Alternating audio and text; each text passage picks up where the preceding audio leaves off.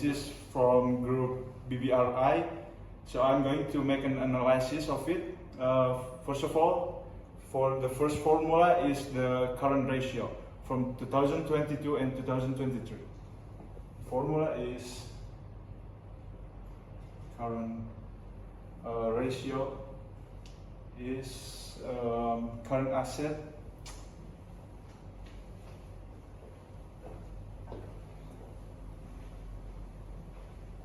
divided by current liabilities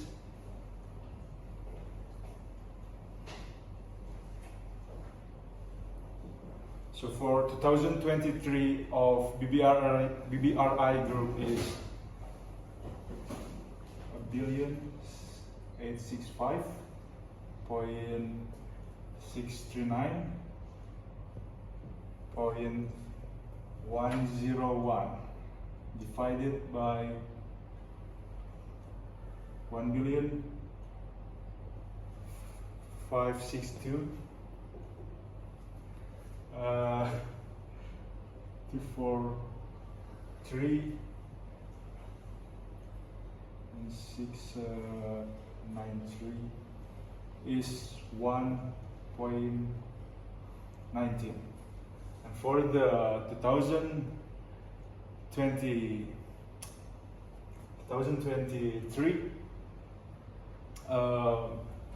it's billion 822 973 421 divided by 38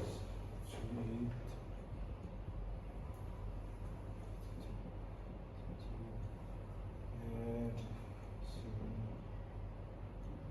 7 and it is there is a slight difference. It's only like 1.18.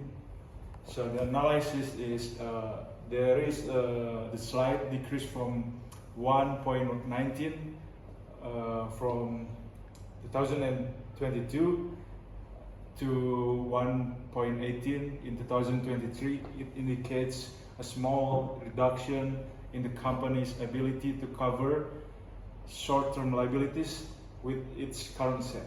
While a current ratio above 1 is generally favorable, and the trend towards a lower ratio could suggest that the company may have fewer resources available for meeting immediate financial obligation compared to the previous year. So the second formula is acid test ratio. So as we know, the acid test ratio formula is current asset minus inventory divided by current liabilities. For 2022, it's similar to the previous one, 1,865,639.010 minus 0 is because there is no explanation and lack of data from the BBRI. So the result is 1.19. It's exactly the same as the previous one. And the second one, 2023, is same as well, 1.18. And the acid ratio declined slightly from 1.19 to 1.18, aligning with the current ratio due to the absence of inventory. The acid test ratio is a stricter measure excluding inventory to assess immediate liquidity. So the third formula is average collection period.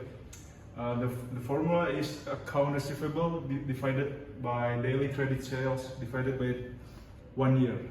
Okay, and for the 2022 is 55,038.095, and it is divided by 36,000,731.532 divided by 36.5 days. So the result is 546 days. For the 2023 is 58,000,615.125 divided by 42 million point 460.352 divided by 36.5 days. So the result is 504 days, and the average collection period improved, decreasing from 546 days to 504 days from 2002 to 2023. So the company is improving because it is efficient, decreasing the number of days.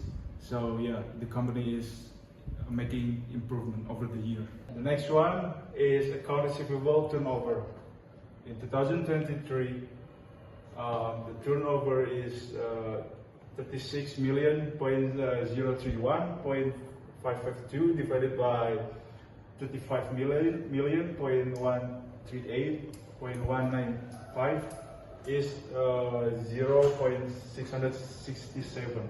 For the 2023 is 42,460.352 divided by 58,615.125, and the result is 0.724. The analysis is the ratio is also increased from 1.67 in 2022 to 6.724 in 2023. It is showing the company was able to collect receivable faster, and then this improvement aligns with the reduced collection period. Both of them suggest enhanced efficiency in credit. Next number is number 5, inventory turnover. Since the company does not hold inventory turnover is relevant. This is typical for financial institutions like banks, where services are provided instead of physical product. Okay, the next number is number 6, debt ratio. Formula for debt ratio is total debt divided total asset. In 2022, 1,562,243,693 divided 1,000,865,639 and 010 equal 0.8373. And in year 2023, 1,538,522,759 divided 1,822,973,421 equal 0.8442. The debt ratio increased from 0.8373 to 0.8442. This suggests that company marginally greater reliance on debt for financing, which can amplify return in good time but increase financial risk during downturn. Next number is times interest earned. Formula for time interest earned is operating income divided interest expense. In year 2022, 5,319,984 divided 6,324.590 equal 2.42. In year 2023, 1,900.554.560 divided 9.681.179 equal 2.02. the decrease from 2022 2.42 to 2.02, reflecting reduced capacity expense with operating income. This decline suggests while the company can still cover interest expense, the question is ceiling. A lower style ratio implies higher financial risk. A more income is dedicated to interest payment, reducing resource for other operational or investment purpose. Next number is number 8, total asset turnover or TATO.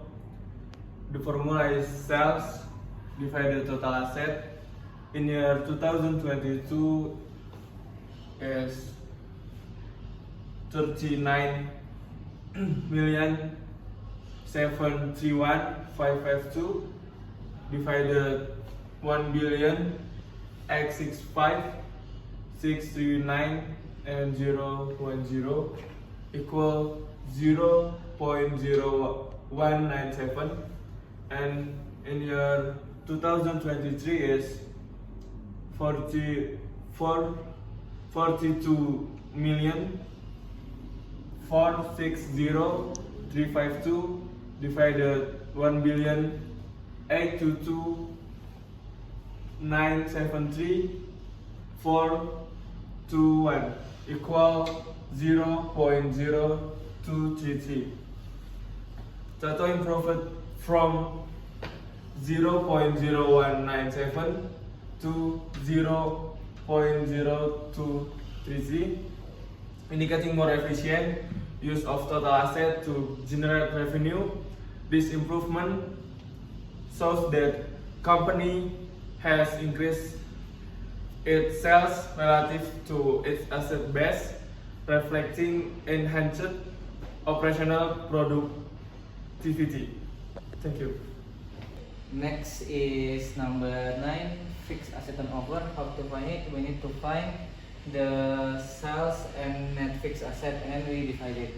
For 2022, the sales is 36,731,552, and the net fixed asset is 55,216,047, and we divided the total is 0.665.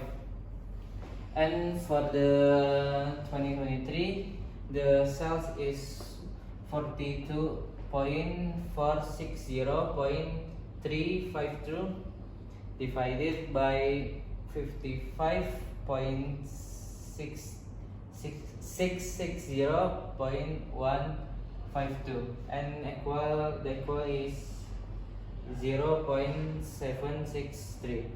The analysis is fixed asset turnover rose from 0.665 to 0.763, indicating more efficient use of fixed asset like equipment or real estate to generate sales. This improvement suggests that the company has optimized its use of long-term asset, contributing to greater revenue generation. A higher ratio is favorable as it means that fixed assets are contributing more effectively to revenue, potentially reducing the need for new asset investment. Next is operating return on investment. How to find it? We need to find the operating income divided by total asset. For the 2022, the operating income is 15,319,674 divided by 1,865,639.010. The total is 0.0082115. And for the 2023, the operating income is 19 million point 554.560 divided by 1 billion point 822.973.422. The total is 0.0107267, and the analysis is ROI increased from 0.0082 to 0.0107, reflecting improved profitability relative to total assets. These metrics show that the company is generating a higher return on its investment, which is positive for overall profitability. Next is operating profit margin, or OPM. To find the OPM, we need to find the operating income divided by sales. For the 2022, the operating income is 15 million point 319.684 divided by 36.731.552. The total is 0.4170715.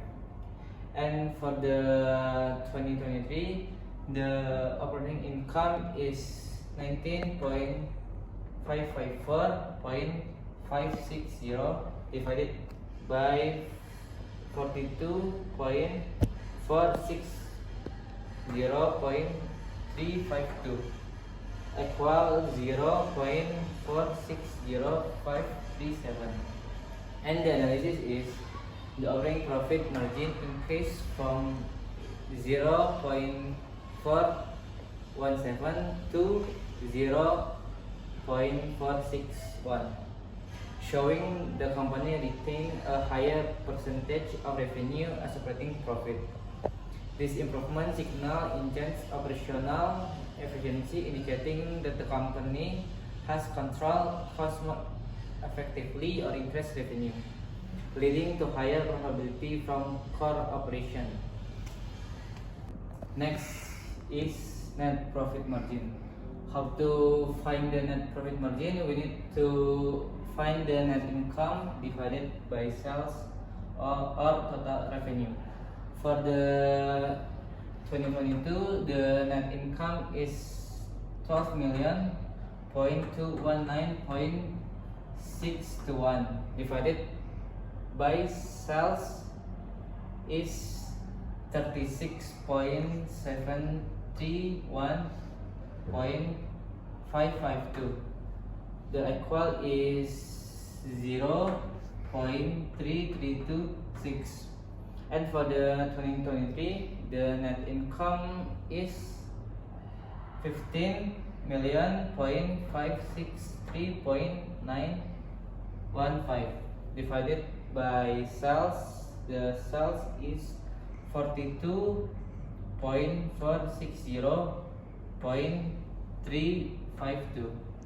The total is 0.3664. And for the analysis, net profit margin rose from 0.3326 to 0.3664, meaning the company retained more earnings from each unit of revenue. This increase indicates improved cost management as a higher proportion of revenue translated into profit, boosting overall profitability. Assalamualaikum warahmatullahi wabarakatuh. My name is YUSUF and I'm from the finance group, and I'm about to explain the return on equity. Return on equity increased from 4.3% 5.03% to 5.47%, showing higher returns generated from shareholders' equity. This improvement means that the company is delivering better returns on invested equity, which is favorable for shareholders. The change is improvement. The debt to equity ratio increased from 5.14 in 2022 to 5.40 in 2023. This ratio indicates the portion of debt financing relative to shareholder equity, showing how leveraged the company is.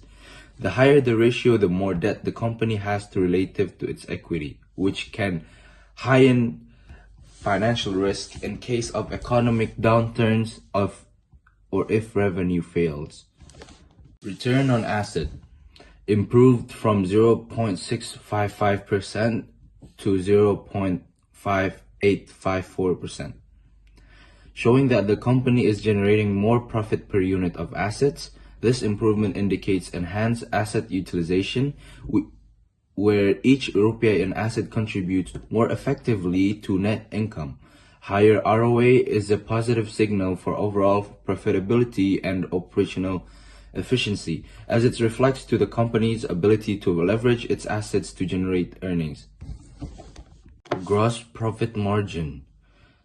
It was decreased from 82.7% to 77.1%, indicating a higher portion of revenue was used to cover interest expenses, which affects the profitability before operating expenses. This decline suggests that interest costs rose faster than revenue, which could point to increased borrowing costs or more aggressive financing strategies.